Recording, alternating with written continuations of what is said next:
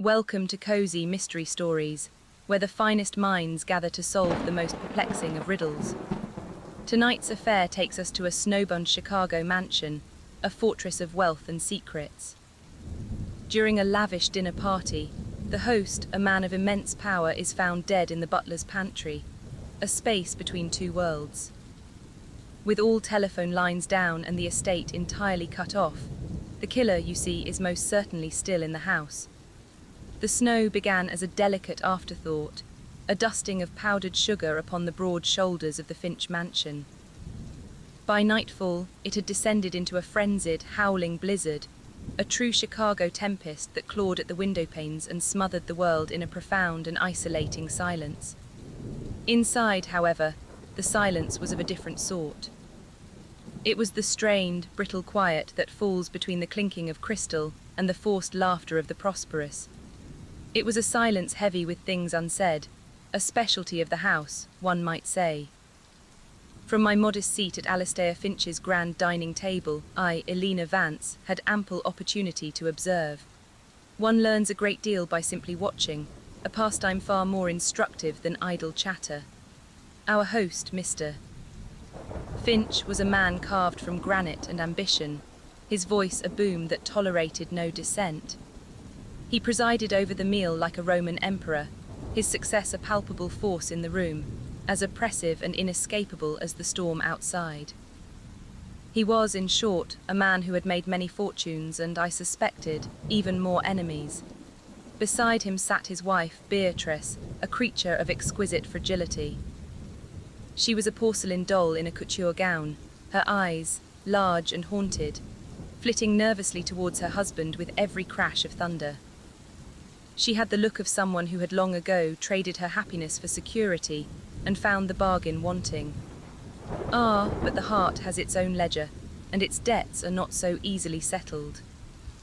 Across from them, Julian Croft, Alastair's business partner, wore a smile that did not quite reach his eyes. His deference to Alastair was a masterful performance, yet I saw the flicker of resentment in his gaze each time Alastair dismissed one of his opinions. He was a man standing in a giant's shadow, and the shade had begun to chill him to the bone. Next to him sat Miss Evelyn Reed, a journalist whose pen was reputedly as sharp as a surgeon's scalpel. She had been invited, ostensibly, to write a flattering piece on Mr. Finch's philanthropy, a notion so absurd it was almost comical. Miss Reed's stock in trade was not flattery but vivisection. Her questions, though coated in social pleasantry, probed and picked at the carefully constructed edifice of Alastair Finch's life. She was hunting, of that I was certain. And then there was Dr. Lawrence Armitage, the family physician. A portly, balding man with a gentle bedside manner that had soothed the city's elite for decades. He clutched his wine glass with hands that betrayed a subtle tremor, his placid expression a mask for a deep-seated anxiety. He held the secrets of his patients, and secrets, my dear reader, are a heavy burden to bear. Serving them all, moving with an eerie, ghost-like efficiency, was the new butler, a man named Davies.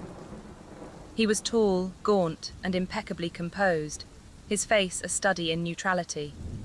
He performed his duties with a precision that was almost unsettling, his presence so discreet he seemed to vanish the moment one looked away. He was the silent servant, a pair of eyes and ears in the house, privy to every whispered confidence and heated exchange, yet revealing nothing. One must always pay attention to those who are trained to be invisible. The dinner reached its crescendo. The port was brought out, a fine vintage, its ruby depths glowing in the candlelight. Alastair Finch rose, his glass held aloft. "To success," he bellowed, his voice ringing with self-congratulation. "And to burying the past where it belongs."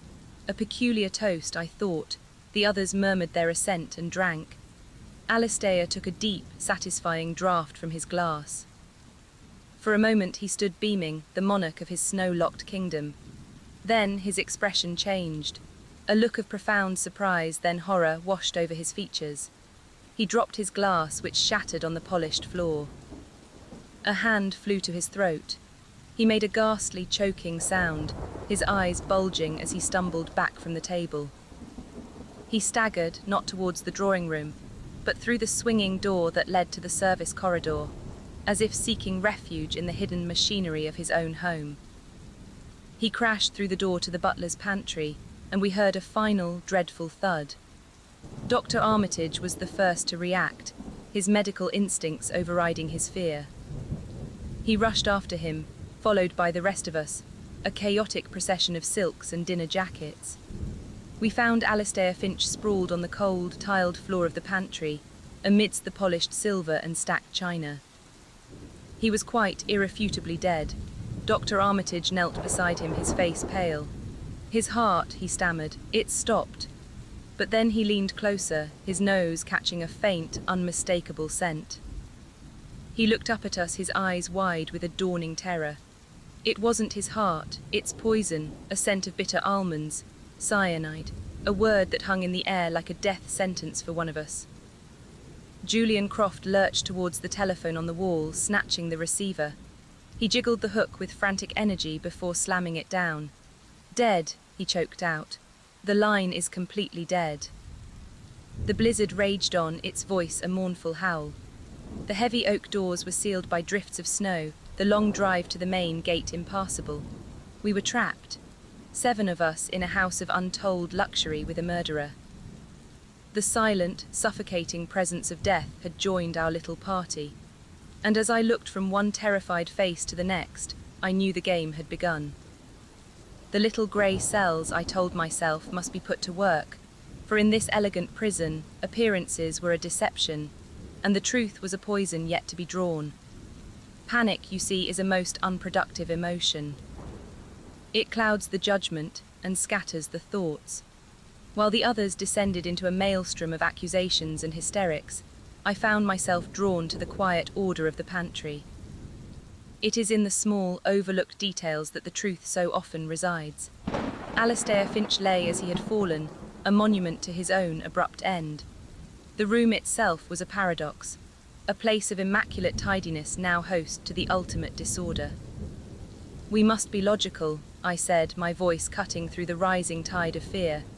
It was a plea for reason in a house that had suddenly been stripped of it. "A crime has been committed.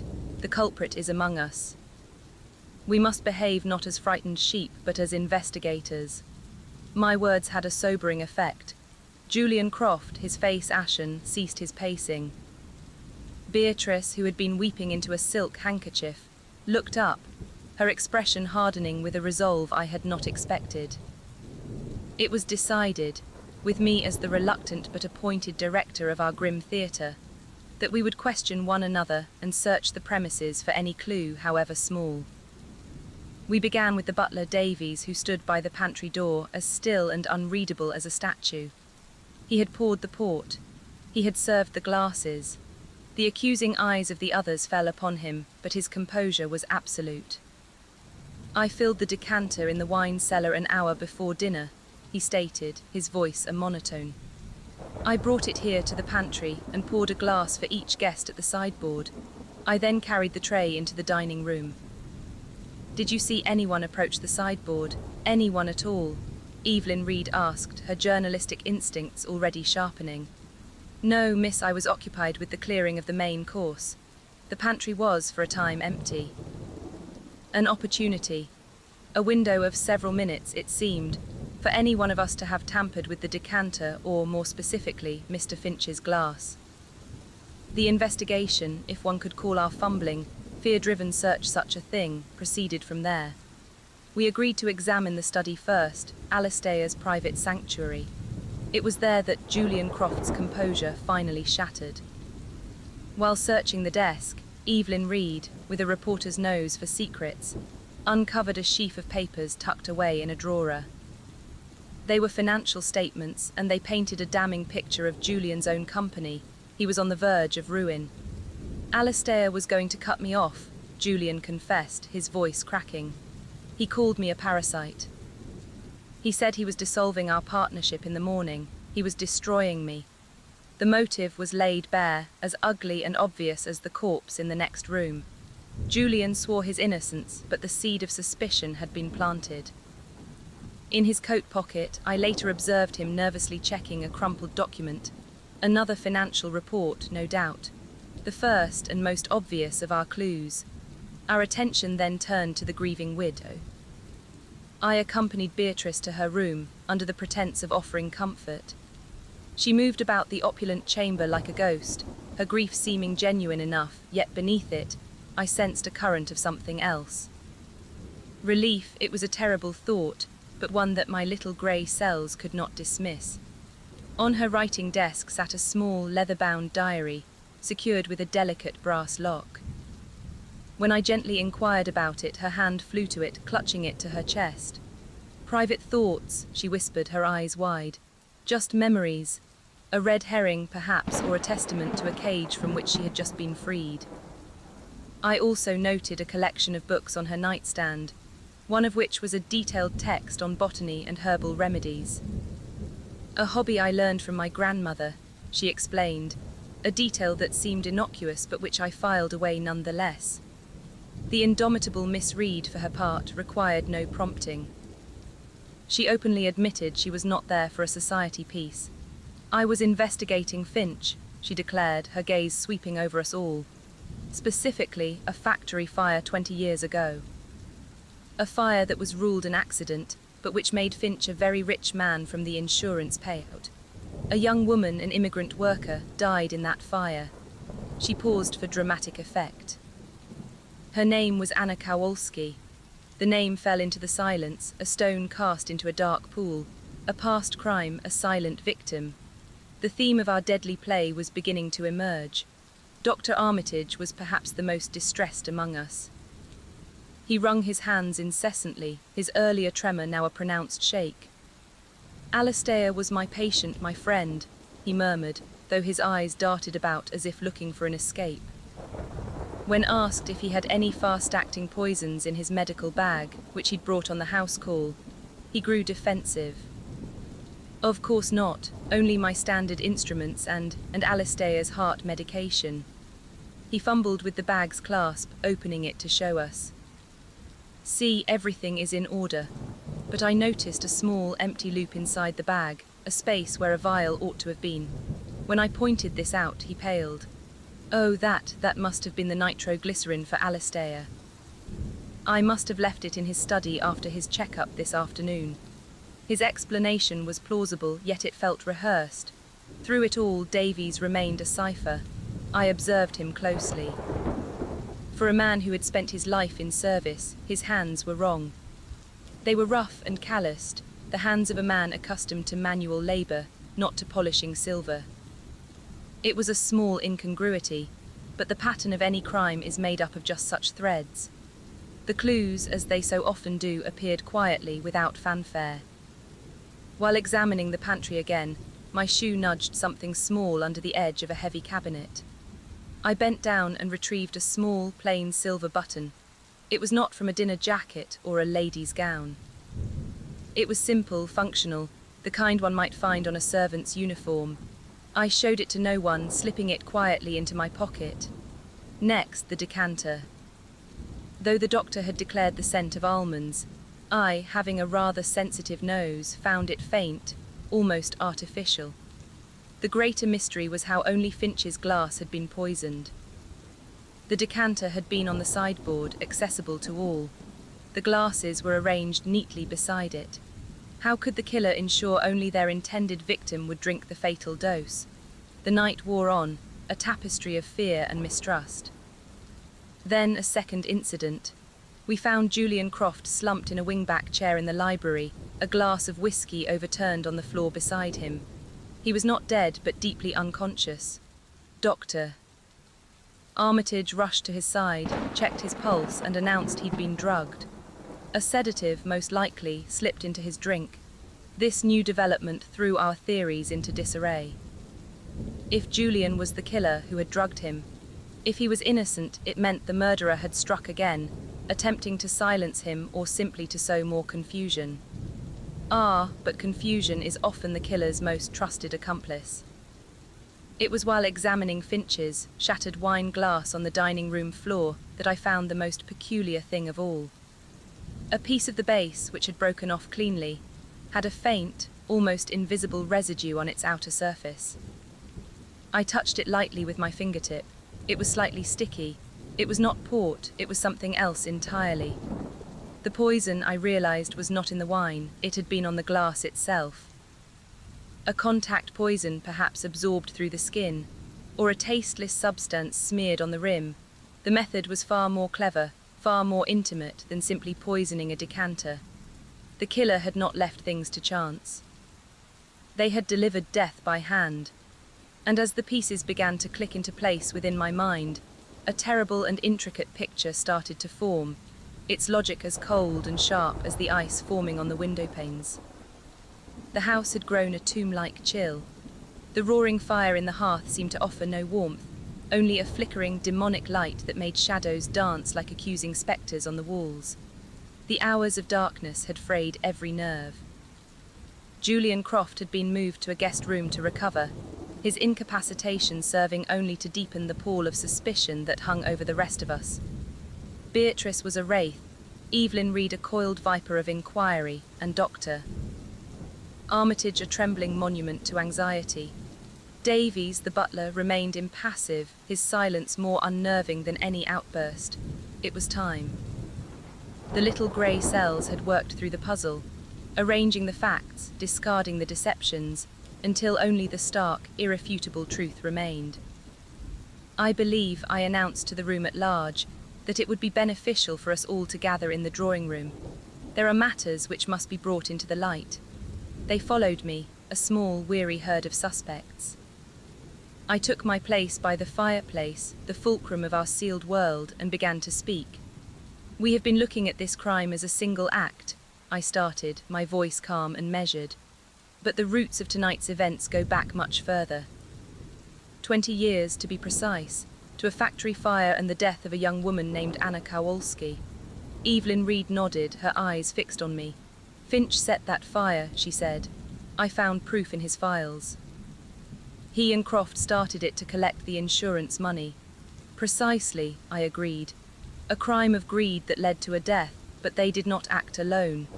A death certificate must be signed, an official inquiry satisfied. The victim's death was ruled an accident, caused by smoke inhalation. A ruling made possible by a fraudulent report signed by a respected physician. I turned my gaze upon Dr. Armitage, who flinched as if struck.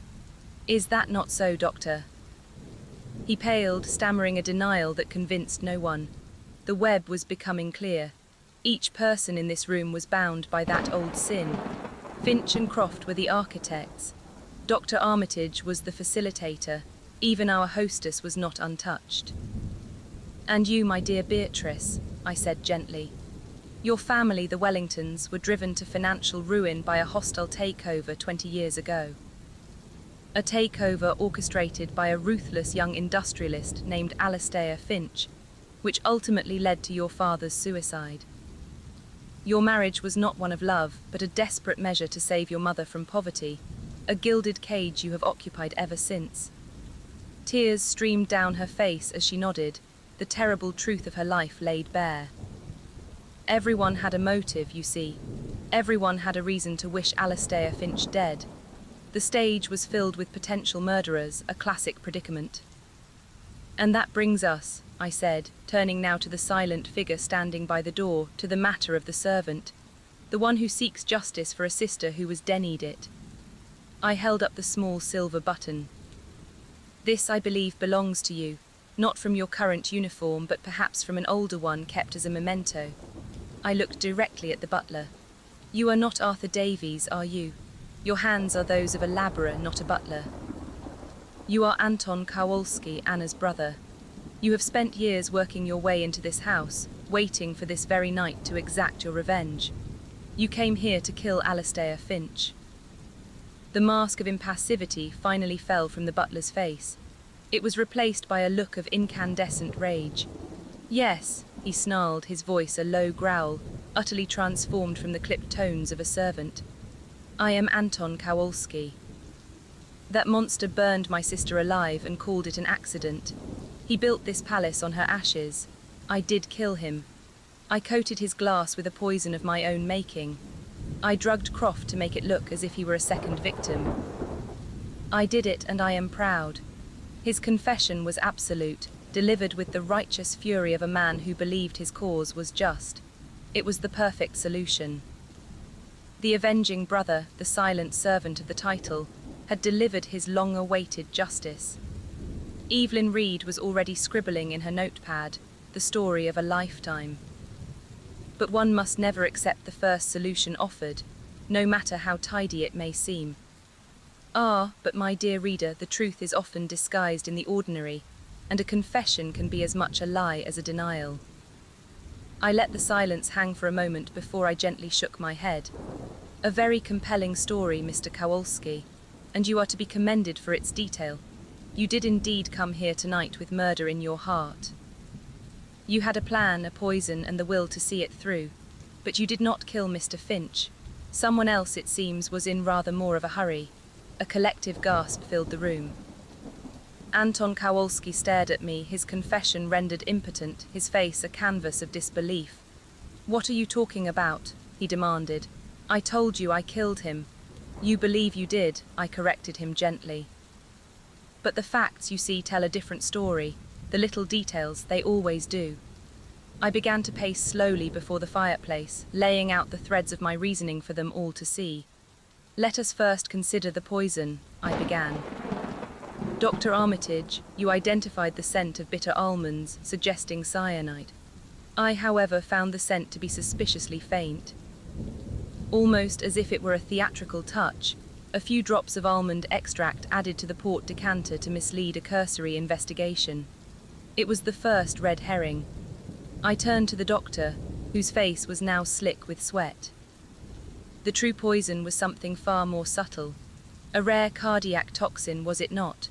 Something that perfectly mimics the symptoms of a massive coronary event. A poison a layman like Mr. Kowalski would have no access to, but which a physician, a heart specialist, would know intimately. A poison for which you conveniently had a vial in your bag, a vial you claimed was for Mr. Finch's heart condition, but which was, in fact, its very antithesis. Dr. Armitage opened his mouth, but no words came out. "Now the delivery method," I continued, my voice steady. "Mr. Kowalski planned to poison the glass, but he never had the chance. The murder was more direct, more personal. I found a sticky residue on the outside of Mr. Finch's glass. The poison was not ingested in the wine. It was absorbed through the skin. Just before the toast, in a gesture of false bonhomie, you, doctor, shook Alistair's hand. You had coated your own finger with the toxin, a substance that is both tasteless and fast-absorbing. Moments later, when the port was served, you graciously handed Mr. Finch his glass, a simple, friendly act. But in that moment, you brushed your finger against the side of the glass, smearing the poison exactly where his hand would grip it. An audacious and brilliant method, ensuring only your target would be affected. The pieces were locking into place, the true picture emerging from the shadows. But why? The old crime of the factory fire was a shared guilt. Why would you act now? I paused, letting the question hang in the air. Because there was a new, more pressing threat. Alistair Finch, a man meticulous with his finances, had recently discovered that his trusted friend and physician had been embezzling from him for years. He confronted you this very afternoon, did he not? He threatened you with utter ruin and public disgrace. You were trapped, your life's work about to be undone. The doctor's portly frame seemed to shrink, his composure utterly deserting him. You saw the perfect opportunity fall into your lap, I concluded, my gaze unyielding. You knew of Mr. Kowalski's presence. Perhaps you recognized him from old photographs, or perhaps Finch himself told you about the suspicious new butler. You realized that his quest for revenge provided you with the most exquisite cover. You would commit your murder, and the silent servant would take the blame. It was you who planted the silver button, which you'd found earlier, in the pantry to cement his guilt. It was you who drugged Julian Croft, not to silence him, but to create a classic diversion, to make it appear a madman was on the loose. You used Anton Kowalski's tragedy as a shield for your own sordid crime. Doctor. Lawrence Armitage collapsed into a nearby chair, his face buried in his trembling hands. A series of deep, ragged sobs shook his body. It was the sound of a man whose carefully constructed world had been demolished. In his confession, choked out between sobs, it all came out. The years of secret debt from failed investments, the embezzlement, and Finch's final, cruel ultimatum. He had been a servant to Finch's secrets for decades, and in the end, that servitude had curdled into murder. As dawn broke, the howling of the wind began to subside. The snow had stopped, and a pristine white world was revealed in the pale morning light. The telephone lines would soon be repaired. The authorities would come, and the machinery of justice would begin to turn. Anton Kowalski, a man who came seeking vengeance, would instead become a witness. His fate was uncertain, but he was not a murderer. The true killer was the one who had worn the mask of kindness, the portly, gentle doctor who had held life and death in his hands for so long that he had forgotten the distinction. We sat in the drawing room, the survivors of the long night, waiting. The opulence of the room seemed tarnished now, a hollow shell. I looked at the intricate patterns on the Persian rug and thought of the complex patterns of human lives, of greed and revenge, of silent suffering and explosive violence. Justice, it seemed, was rarely a simple affair. The past is never truly buried. It is merely waiting, like a patient servant, for its moment to enter the room.